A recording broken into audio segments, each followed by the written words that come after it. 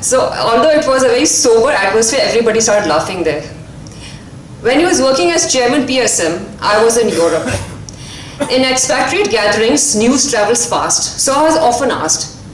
People used to come up to me and ask because my father always taught us not to, he thought that talking of status and wealth and all things like that, which everybody is very adept at nowadays, is very vulgar. He used to say,